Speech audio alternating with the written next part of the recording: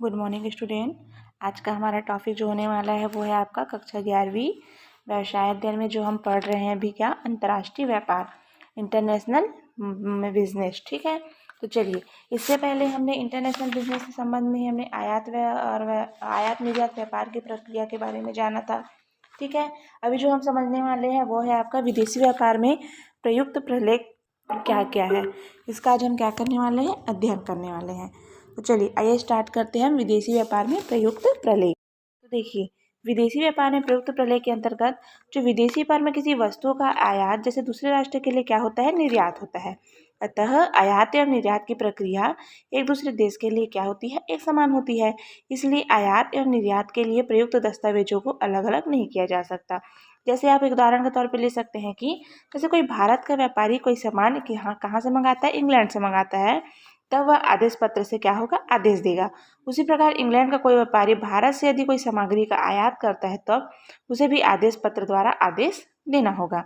इस प्रकार विदेशी व्यापार में प्रयोग होने वाले प्रलेखों में कुछ को छोड़कर सभी प्रलेख क्या होते हैं, एक समान होते हैं। तो चलिए आइए सबसे पहले हम स्टार्ट करते हैं। पहला आपका है उसका कौन सा प्रलेख है, पहला आदेश पत्र। तो देखिए आदेश पत्र के अंतर्गत क्या क्या होता है। तो जब आयात करता है विदेशों से माल मंगाने का क्या करता है, आदेश उत्पादक जो निर्माता को भेजता है तब उसे हम क्या कहते हैं, आदेश पत्र या माल का आदेश कहा जाता है। ठीक, अब इस प्रकार के व्यापार को प्रत्यक्ष या सीधा व्यापार कहा जाता है, क्योंकि डायरेक्ट किससे दिया जाता है, मांग पत्र के द्वारा इसको मंगाया जाता है। इसके नाम से इसको एक और नाम से क्या पुकारा जाता है, इसको अप्रत्यक्ष या सीधा व्यापार। इस प्रकार के आदेश में प्रतिनिधि की कोई भूमिका नहीं रहती, किंतु वर्तमान में समस्त व्यापार सीधे किससे होते हैं, प्रतिनिधि के माध्यम से हो रहा है। इसलिए वस्तु का उत्पादन व विक्रय दोनों कार्य किसके साथ होता है, एक साथ करना कठिन है। यह उस परिस्थिति में है जब कठिन हो जाता है, तब किसी राष्ट्र के अनेक उत्पादक का सामान क्या है, आयात करना हो। ऐसी दशा में प्रतिनिधि द्वारा व्यापार क्या हो जाता है, आवश्यक हो जाता है। तो ये क्या समझा, पहला हमने आदेश पत्र। अब हम इसी में दूसरा समझते हैं आपका मांग पत्र। मांग पत्र को मैं एक और नाम से आप इससे पहले वाले वीडियो में आपको बताई थी कि मांग पत्र को हम किस नाम से जानते हैं, इंडेट के नाम से जानते हैं। ठीक है, तो चलिए हम लोग जानते हैं कि मांग पत्र को अंग्रेजी में हम क्या कहते हैं, इंडेट कहते हैं, और प्रचलन में आजकल इंडेट का ही उपयोग ज़्यादा किया जा रहा है। ठीक है, जब कोई आयातक व्यापारी किसी निर्यातक राष्ट्र के व्यापारी से माल को क्रय करने हेतु आदेश भेजता है तब उसे मांग पत्र या इंडेट कहा जाता है। ठीक है, इस प्रकार यदि आदेश सीधे उत्पादक को भेजा जाता है उसे क्या कहते हैं, हम आदेश पत्र या कहते हैं। ठीक है, अब देखिए इंडेट के लक्षण क्या क्या हो सकते हैं। तो इंडेट के लक्षण में आप शामिल कर सकते हैं कि इसे लिखित रूप में होना चाहिए। मांग पत्र किस रूप में होना चाहिए, लिखित में होना चाहिए, क्योंकि अलिखित इंडेट क्या होते हैं, भ्रामक होते हैं और अनेक विवाद उत्पन्न कर सकते हैं। इसी कारण अलिखित या मौखिक इंडेट का चलन नहीं है। केवल और केवल किसका चलन है अभी, लिखित इंडेट का, मतलब मतलब क्या होता है, मांग पत्र का। ठीक है, साथ ही साथ इसमें दूसरा लक्षण बताया जा रहा है कि विदेशी व्यापार में वस्तु क्रय करने के लिए इसका प्रयोग नहीं किया जाता है। आंतरिक व्यापार में वस्तु पूर्ति के संबंध में मांग पत्र के रूप में इसका प्रयोग किया जाता है। ठीक है, साथ ही साथ इंडेट के आधार पर निर्यातक प्रतिनिधि माल का क्या करता है, संग्रह करता है और आयातक को माल को भेजता है। ठीक, अब देखिए मैं आपको मांग पत्र के बारे में बता रही हूँ। मैं इसी में आपको बता रही हूँ कि मांग पत्र के प्रकार। तो मांग पत्र मतलब इंडेट कितने प्रकार के होते हैं, दो प्रकार के होते हैं। पहला होता है आपका खुला या अपूर्ण इंडेट और दूसरा होता है पूर्ण इंडेट। ठीक, अब देखिए खुला या अपूर्ण इंडेट क्या होता है उसको समझिए। देखिए खुला या अपूर्ण इंडेट क्या होता है, तो आइए समझते हैं। इसमें सभी बातों का उल्लेख नहीं होता। माल का नाम मात्र, किस्म एवं मूल्य के अतिरिक्त अन्य बातें निर्यात अभिकर्ता के निर्णय के लिए छोड़ दी जाती है। इस प्रकार के इंडेट को खुला या अपूर्ण इंडेट कहते हैं। ठीक है, दूसरा है इसमें पूर्ण इंडेट। तो देखिए इस प्रकार के इंडेट में सभी बातों का पूर्ण उल्लेख होता है जिसके अनुसार निर्यातक अभिकर्ता को कार्य करना पड़ता है। इसे इंडेट को पूर्ण इंडेट कहते हैं। ठीक है, अब देखिए इसी में मैं आपको एक और समझा रही हूँ इस कि जैसे इंडेट में उल्लेखित बातें कौन कौन सी होती है।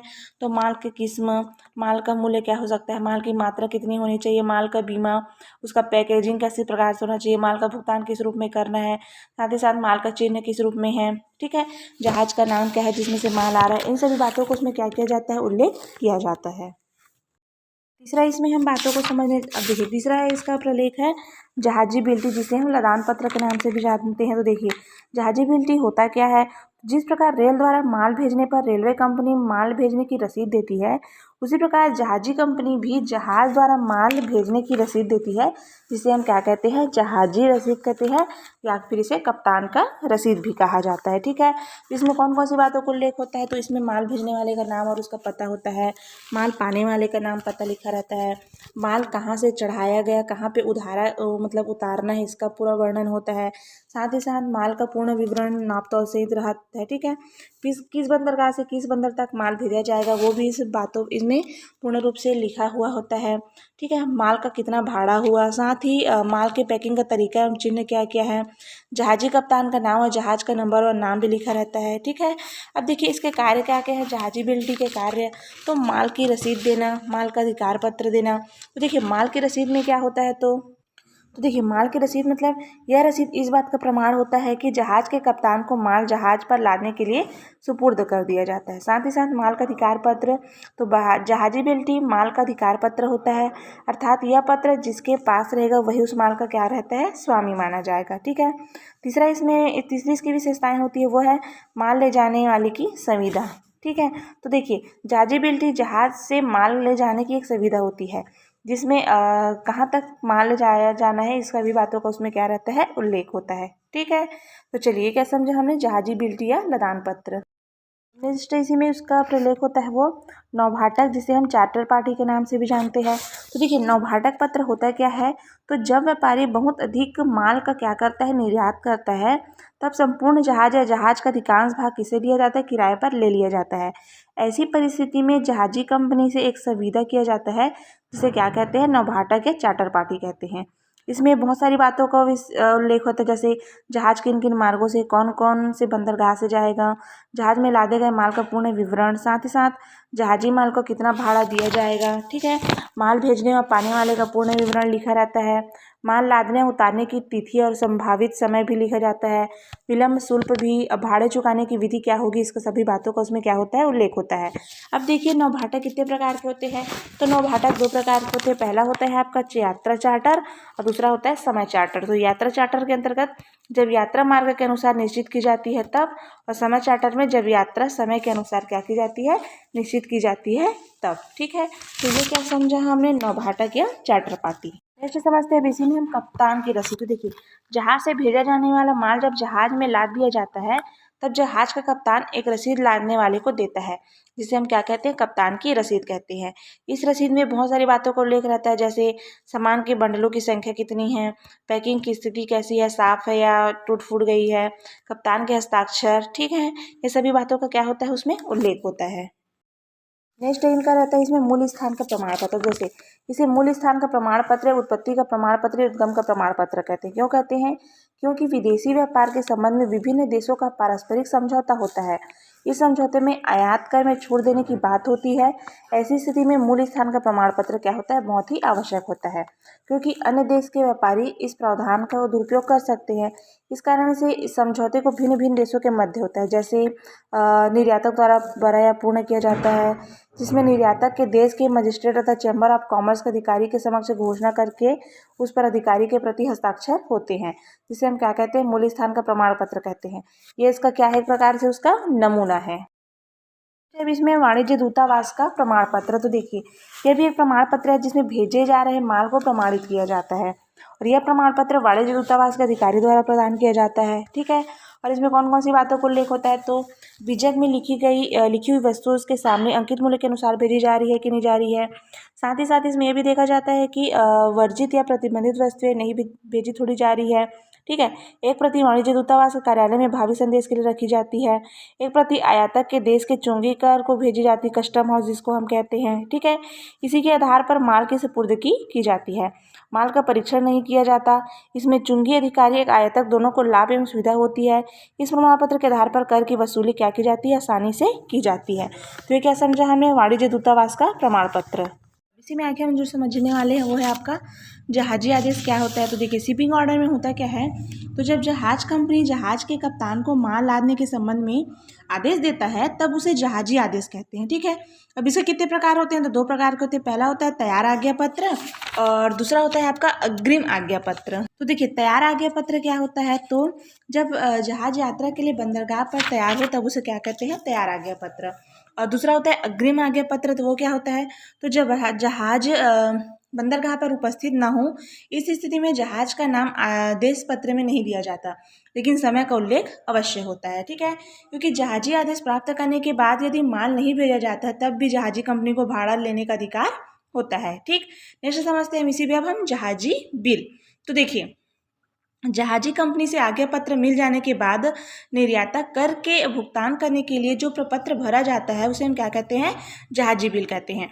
और जहाजी बिल 3 प्रकार का होता है, कर मुक्त जहाजी बिल, कर देय जहाजी बिल और जहाजी बिल। ठीक है, अब देखिए, यह प्रपत्र चुंगी कार्यालय से प्राप्त होता है जो विभिन्न रंगों में होता है। ठीक है, नेक्स्ट है इसी में आपका गोदी चालान। तो देखिए, गोदी पर से माल उठाने के लिए कुछ व्ययों का भुगतान करना आवश्यक होता है, क्योंकि निकासी प्रतिनिधि गोदी कार्यालय में,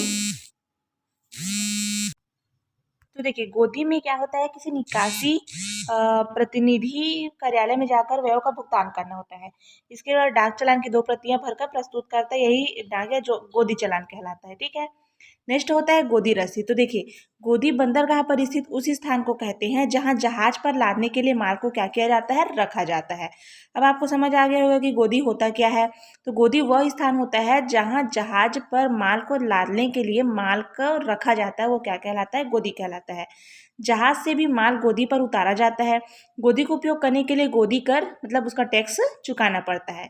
निर्यात कर का भुगतान करने के बाद निर्धारित प्रपत्र 2 प्रतियों में भरकर गोदी कार्यालय में प्रस्तुत कर देता है, और गोदी कार्यालय का अधिकारी गोदी कर वसूल कर प्रपत्र में अपना हस्ताक्षर कर देता है, और एक प्रति अपने पास रखकर दूसरा इसके पश्चात ही माल को जहाज पर रखा जाता है और इसे गोदी से बंदरगाह में लाया जाता है। नेक्स्ट है इसमें बीमा पत्र। तो देखिए, समुद्र के मार्ग से जहाज द्वारा माल भेजने पर माल का बीमा कराया जाता है, जिससे माल का क्या हो, कोई प्रकार की क्षतिपूर्ति ना हो, और उसका क्षतिपूर्ति के लिए ही किसी प्रकार का क्षति ना हो और उसकी पूर्ति के लिए क्या किया जाता है, माल का बीमा कराया जाता है। इसके लिए विभिन्न बीमा कंपनियां बीमा कराते समय 10 से 15% लाभ की राशि को छोड़कर बीमा कराया जाता है। नेक्स्ट है इसमें आपका क्या, बंधक पत्र। तो देखिए, जब निर्यातकर्ता माल रवाना करने के साथ ही साथ माल के मूल्य का भुगतान प्राप्त करना चाहता है तब बंधक पत्र का प्रयोग करता है। विदेशी व्यापार में निर्यातकर्ता आयातकर्ता के नाम एक दर्शनी विपत्र बिल लिखता है तथा स्वीकृति के बाद उसे अपने देश के किसी विनिमय बैंक से भुनाकर रकम प्राप्त कर लेता है। इसके बदले में वह एक अधिकार पत्र लिखकर बैंक को देता है। इसके आधार पर बैंक को माल पर अधिकार प्राप्त हो जाता है, और यही आयातक माल को नहीं छुड़ाता है तो बैंक को माल भेजने का अधिकार है। इसी अधिकार पत्र को क्या कहते हैं, बंधक पत्र कहते हैं। और लास्ट है इसमें हम चल रहे हैं आपका, ये है आपका प्रवेश बिल। ठीक है, तो देखिए, कस्टम अधिकारी को आयातित माल के संबंध में जानकारी प्रदान करने के लिए जो विपत्र तैयार किया जाता है उसे हम क्या कहते हैं, प्रवेश बिल कहते हैं। और लास्ट है आपका गोदी का वारंट। तो देखिए, जब माल को बंदरगाह में स्थित माल गोदामों में रखा जाता है तो गोदाम प्रभारी एक रसीद देता है, तो उसे गोदी वारंट कहते हैं। ठीक है, तो इन प्रलेखों के अतिरिक्त अन्य प्रलेखों की आवश्यकता समय समय पर पड़ती रहती है, और अन्य प्रलेखों का अवलोकन महत्वपूर्ण नहीं है। तो आज का हमारा जो टॉपिक था वो था कि आपका विदेशी व्यापार में प्रयुक्त प्रलेख। तो विदेशी व्यापार में प्रयुक्त प्रलेखों में कौन कौन सी बातों को मुख्य रूप से ध्यान रखा जाता है, उसका आज हमने क्या किया, अध्ययन किया।